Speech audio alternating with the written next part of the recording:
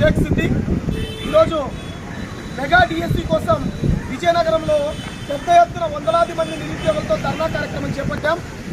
ధర్నా చేసిన తర్వాత మన బొత్స సత్యనారాయణ విద్యాశాఖ మంత్రి గారు ఇక్కడే ఉన్నారు. ఒక 15 మంది మిత్రులతో కలిసి బొత్స సత్యనారాయణ గారికి కలవడం జరిగింది. బొత్స సత్యనారాయణ గారు ఒకటే మాట అన్నారు, ఇన్ని రోజులు ఎదురు చూశారు, 1వ తేదీ రోజు లేదా 2వ తేదీ రోజు మీరు పేపర్లో చూడండి, ఖచ్చితంగా మేము మెగా డిఎస్సి ఇస్తామని చెప్పేసి చెప్పడం జరిగింది. అదేవిధంగా ఒకవేళ గనక మీకు సానుకూలంగా ప్రకటన లేకపోతే మళ్ళీ నా ఇంటి దగ్గరికే రండి అని చెప్పేసి బొత్స సత్యనారాయణ గారు చెప్పడం జరిగింది. ఇంకొకటి సమస్య ఆయన దృష్టికి తీసుకెళ్లాం. గత 4.5 సంవత్సరాల నుంచి డిఎస్సి నోటిఫికేషన్ లేదు కాబట్టి ఏజ్కి సంబంధించి కూడా వయోపరిమితిని పెంచాలని చెప్పేసి మేము చెప్పడం జరిగింది.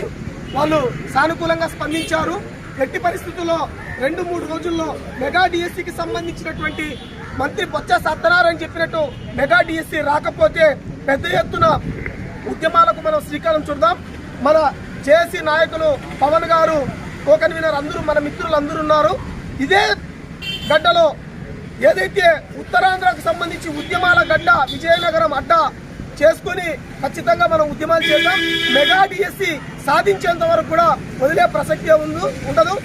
ఈ ఏదైతే విద్యార్థి యువజన సంఘాలు ఉన్నాయో అన్ని సంఘాలతో కలిసి కూడా మనం ఉద్యమించడానికి ప్రణాళికలు రూపొందిస్తాం. ఒక 2 రోజులు మంత్రి గారి యొక్క విజ్ఞప్తి మేరకు 2 రోజులు వేచి చూద్దాం. లేని పరిస్థితుల్లో పెద్ద ఎత్తున అందరూ నిరుద్యోగులందరూ కూడా బయటికి రావాలని చెప్పేసి నేను తెలియజేస్తున్నాను. Thank you.